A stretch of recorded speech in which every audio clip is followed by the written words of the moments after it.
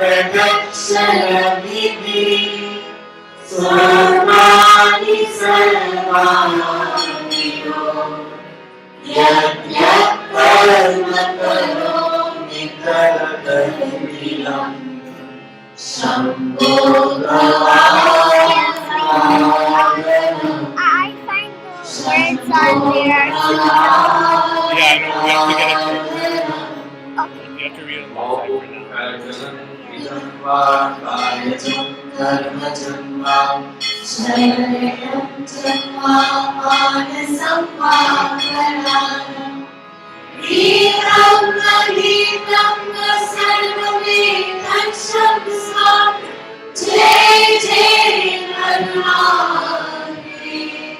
Shri Mahadeva Shambho Namah Shivaya Namah Shivaya Namah Shivaya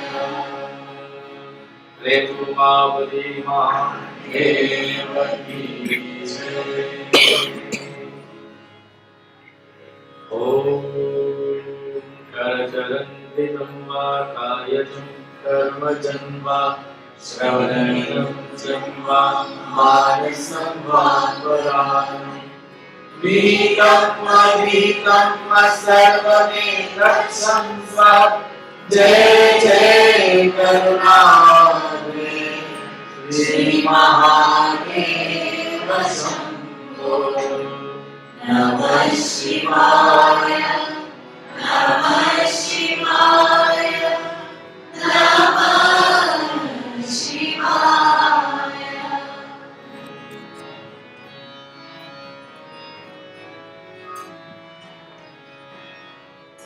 Shiva Shiva Shiva Shiva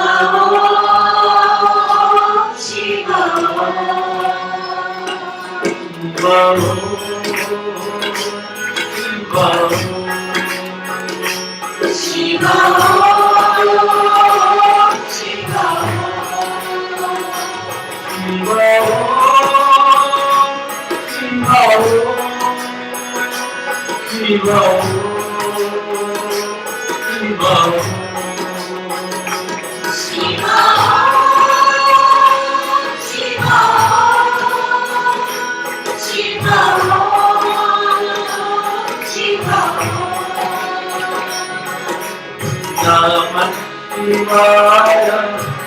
Namah Shivaya, Namah Shivaya, Namah Shivaya, Namah Shivaya,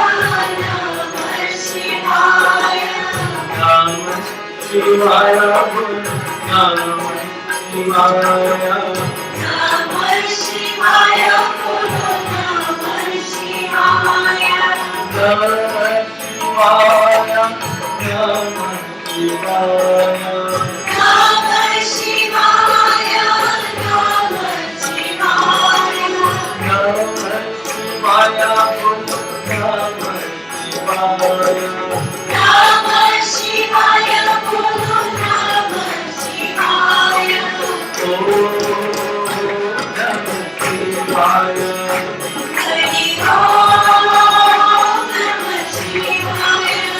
Hari Om Namah Shivaya, Hari Hari Om Namah Shivaya, Namah Shivaya, Namah Shivaya, Namah Shivaya, Namah Shivaya, Namah Shivaya, Namah Shivaya, Hari Om Namah Shivaya. Hari Om Namah Shivaya, Hari Om Namah Shivaya, Hari Om Namah Shivaya, Parvati Mahadeva Ki Jai. Focus. Escape. Parvati Mahadeva Ki. This morning, We are very pleased to see all of you here, and even more pleased and privileged to have all of us listen to the voices of our students in the Bal-Vihar program. Our Bal-Vihar program has been existing for as long as this Mandir exists. And now we are hosting 60 plus students in the Bal-Vihar program. We have the lead teacher here, Karina. Please stand up, take a bow. Give her a big hand, please. Karina has been a student and she is evolved into being the head teacher of the Bal-Vihar program. And of course, the coordinator of the program is, please here also give her. Momanaji, give her a big hand, please. And the teacher for our grade that is presenting our 4th grade students, Varun, please stand up. Varun, give him a big hand, please. These students will be chanting for you chapter 15 of the Srimad Bhagavad Gita. They will chant the first 10 shlokas. I ask you to give them the full attention. Take it off. Namaste. My name is Merlin, and this is Jay, and we shall be chanting 10 slokas of the Bhagavad Gita, chapter 15. Bhagavad Gita means words spoken by Bhagavan, which would be Krishna in this epic. Through Arjuna, the Lord preaches the entire humankind the pathway of bhakti or devotion. This chapter is titled The Yoga of the Supreme Person. The Lord explains how the soul is attached to the material world by 20 desires, and He guides us through the easiest way of eliminating these desires. Desires are very superficial and give us only temporary pleasures to our senses and sensualities. The Lord says, the one who knows the Vedas is able to detach himself from these desires and realize the true beauty of the spiritual world. In short, the detachment of the soul. In short, the detachment of the soul from the material desires is the yoga of the Supreme Person. To achieve this detachment, we must realize that the Lord is a master who manages this universe, and we're nothing but a tiny part of it.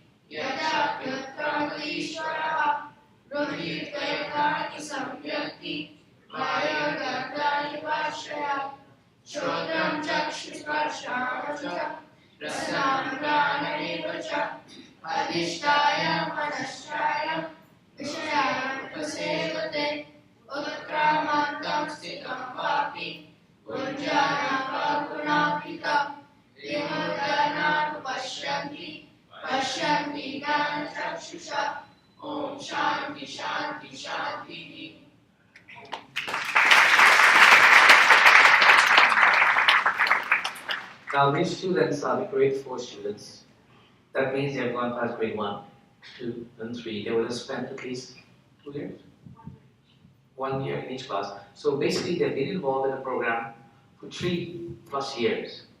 Now you heard them chapter 15, but there is so much more that they've learned that you have to get close to them to understand how much they've learned in the Vedas, how many shlokas and mantras they've learned, and how they have grasped the philosophy of such a Sanatana Dharma.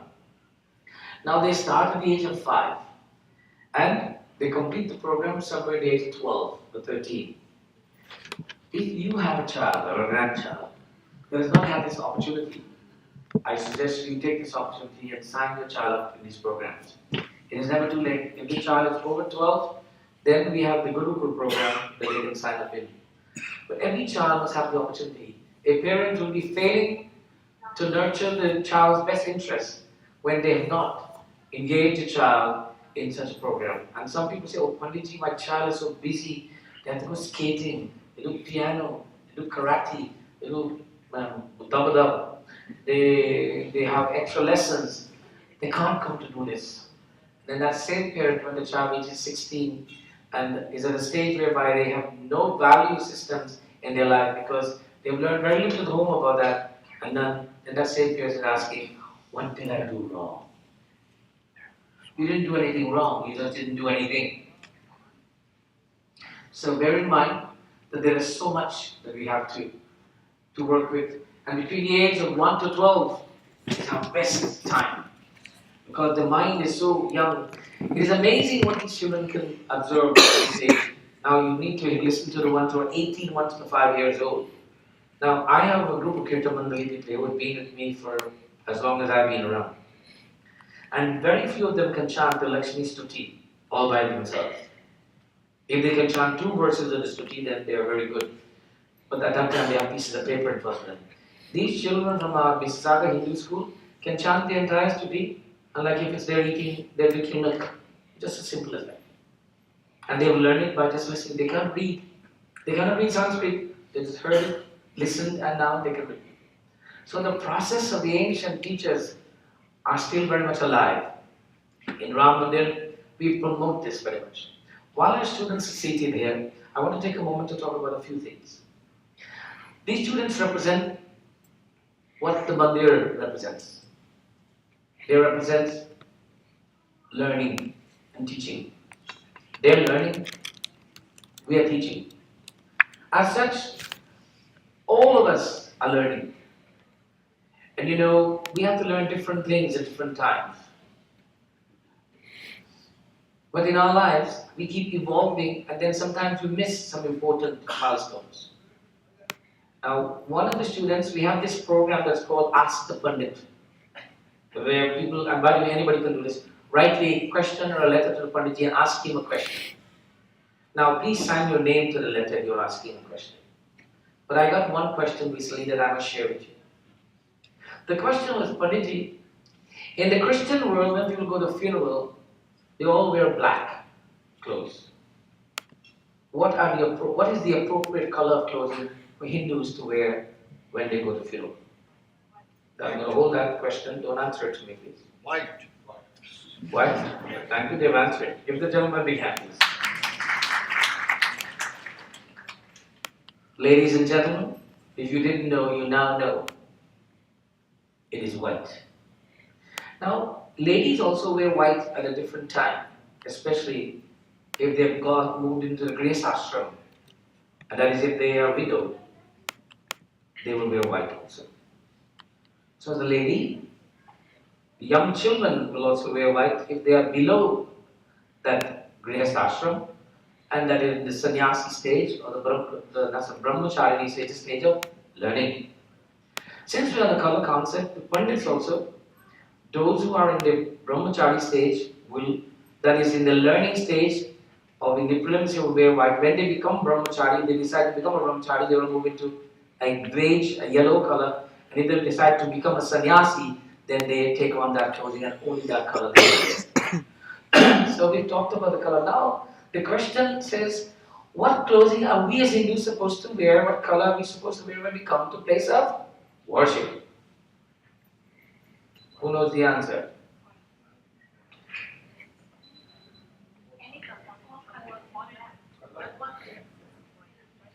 Now, Arvinda says all colors except black. How many of you know this? Now, anybody who's wearing black, please do not feel offended this morning. It is just for your knowledge that you should know. That the appropriate colors, like when you go to a hospital, you see a doctor, you wear whites, white coat, right? And there is a protocol. And slowly, the more we learn, the more we will appreciate the protocol. So, I know that if I'm going on the beach, I cannot wear my dhoti and kurta. I will look very odd on the beach with this, wouldn't I? Unless I'm doing a wedding on the beach or something. But if I'm going to swim and you see me just taking a dive into the ocean with this, what's wrong with this crazy guy? But if I have my nice neat, what kind of swimwear, and and I say, oh wow, there will be no question. So similarly, when I'm about to swim in the ocean of devotion, that is listening to the scriptures, my attire must not be swimwear. It must be the devotional wear. So we all have to start thinking of whether we are going to the beach or we are going to Mandir. Now I hope none of you take this in an offensive way and said, I'm not going back to that Mandir anymore. Because if you do, it will be very, very sad. Our objective is to teach. Now these children who are coming to the Bhavya class, all of them like to wear t-shirts and jogging pants. Right, kids? But they are wearing white kurta and pajama because that is the formality. So, and also when the two things you must wear the right color and you must wear a smile when you come to Mandir. Please, do not leave your smiles at home. Some of us park it at home and don't bring it with us. So when you come, bring your smile with you. Always talk to yourself, smile, come along with me. And so bring our smiles to Mandir. And our Christian brothers, sometimes you cannot help but admire some of the policies they have. That they are told to wear their Sunday best when they go to their place of worship. That is, they dress with their best clothes when they go to the place of worship. We don't have to wear our most expensive sari or shalwar kameez or suit and tie. We just have to wear something that's simple, but that is conforms to the decorum of a place of worship. And the color must not be black. Share this message. And if anyone feels, if I have offended anyone in saying this, please forgive me. The intent is not to offend. The intent is to educate. And the more we know, the more we become better and better bhaktas.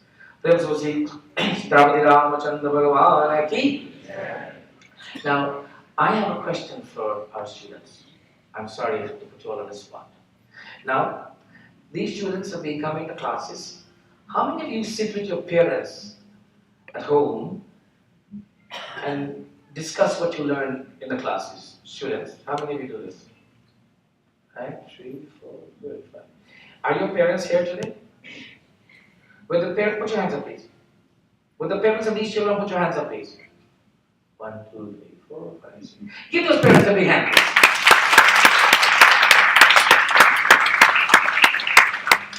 Now, and then congratulate the parents who are encouraging the children to be here. Give them a round of applause. Because all of them are doing wonderful work, but I want you to know the parents who sit together with their children and understand what they're learning. Two benefits. One, to see that the children are learning, and two, they will also learn. Because many of us, with all due respect, it doesn't matter where we have come from, we know very little about Dharma. And we need to learn with every opportunity we get. And our children, it's amazing that we can learn from them. So let us compliment our students, please. Give them a wonderful round of applause, please. Stand, students. All of you stand. These students will have no learning had it not been for the dedication of the teachers who makes tremendous sacrifice to be here consistently without anything. And to these teachers we give the highest credit. So let's ask the teachers to stand, please. Give them a wonderful round of applause. And we want you today to recognize Karina.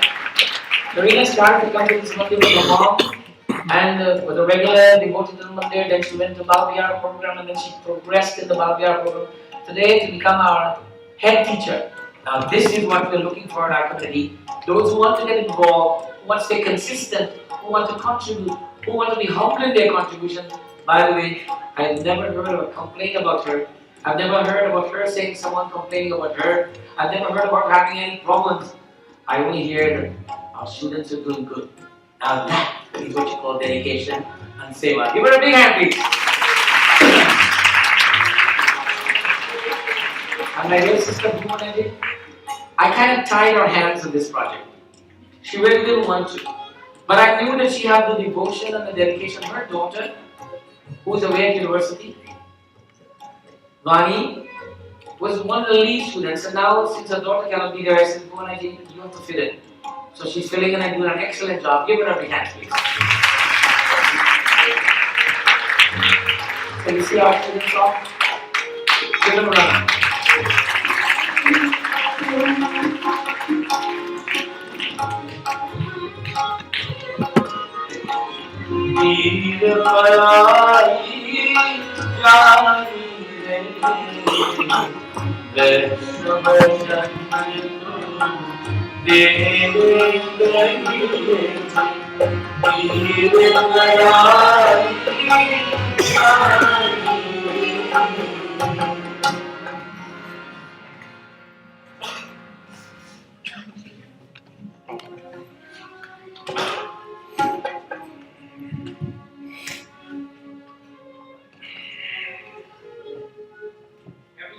Every week we shall be hearing from one of our classes.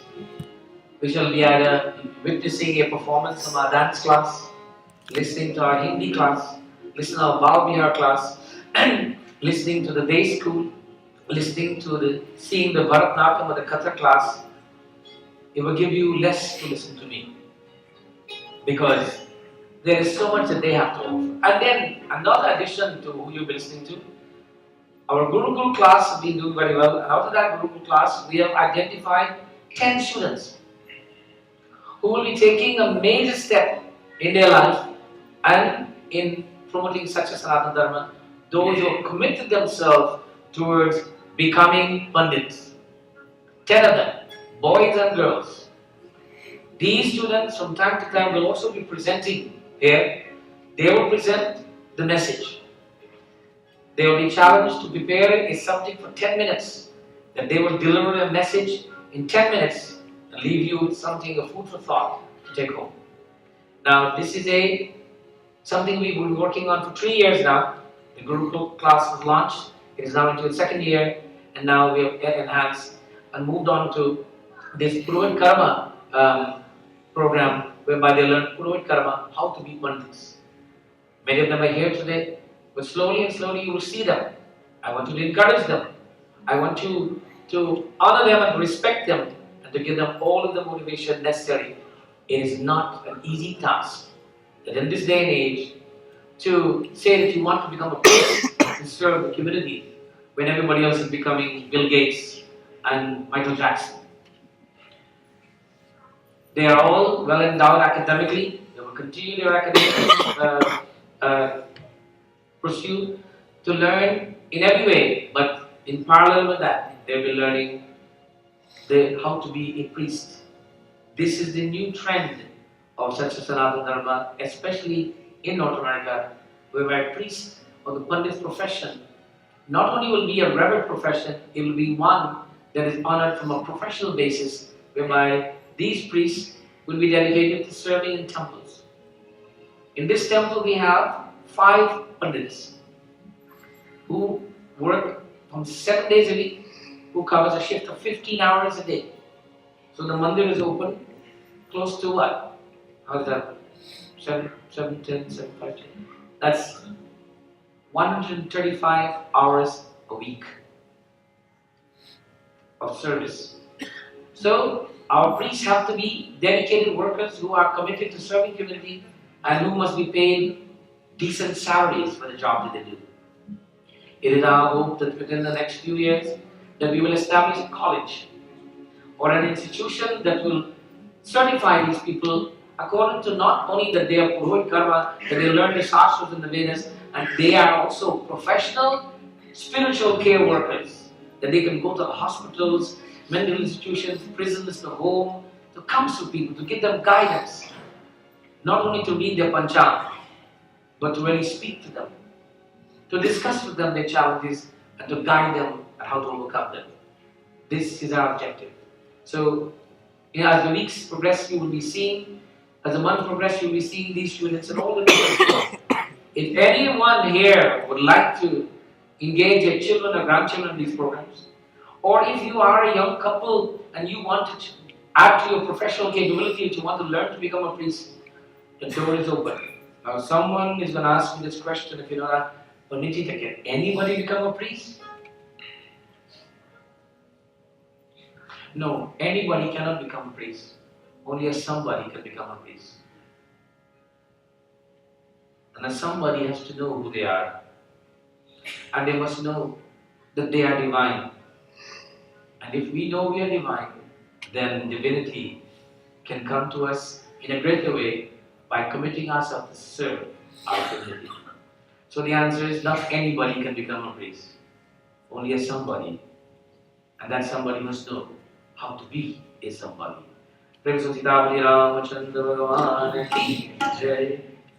Since I'm an announcement, how many of you are familiar with Mohandas Karamchand Gandhi? How many of you know about him?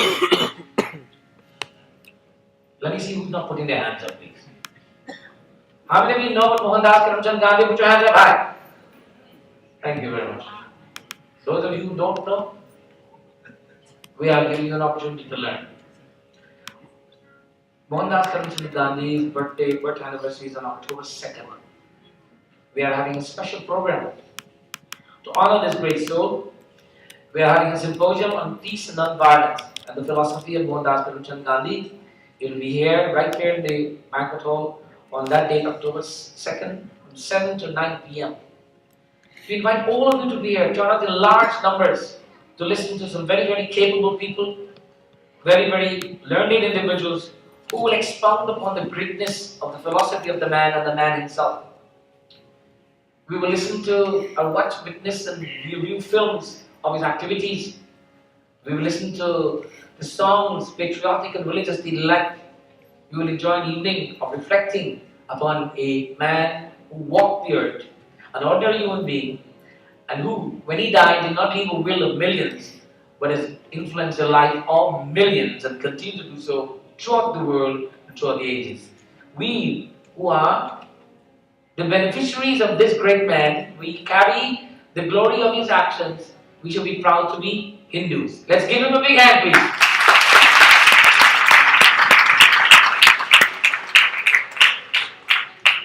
We have invitations and we've sent out emails about, how many of you might have received an email about this event? Put your hands up, please. Very good. Well, we have a lot more of you who do not have an email address. And please share this word with people. 2 hours. I might even there's some slight refreshments available for everyone after the program. So do come and bring your children, especially the teenagers. Let them come and learn about this great soul. Today we are very thankful to Kapil Agnihotri and Christian Bhardwaj family for sponsoring Preeti Bhoj. Give them a wonderful round of applause.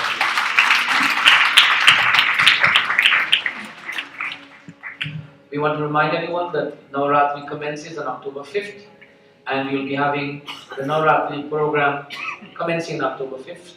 That will be puja here every evening, the Devi puja, followed by Bhajan Kirtanam, and Monday, on Friday, on Saturday and Sunday there will be Garba program, and then on the following week, Friday, Saturday and Sunday there will be Garba program. And during the weeks of the puja, every evening there is readings on the Devi Bhagavatam, or the Devi Mahatyam, or one of the Devi Charisas, Durga Lakshmi and Saraswati, and we should be discussing the significance of the Divine Mothers in our lives. So please do plan to come. Our program in the evening will be a maximum of 2 hours. That is, we will be concluding every night before 9, except on the Saturday night, the final night. And then this will conclude with what is called Dashera or Vijayadashmi. Dashera, Vijayadashmi, all the same thing. We burn the effigy of Ravan. We shall explain the significance of this as we come to that event. We want to invite everyone for the Navratri Dandiya, Ras and Garba. That is all about dancing, people. All about dancing and physical exercise and enjoying yourselves as a family. So if you've never done this, please come out and experience this wonderful treat of whereby we engage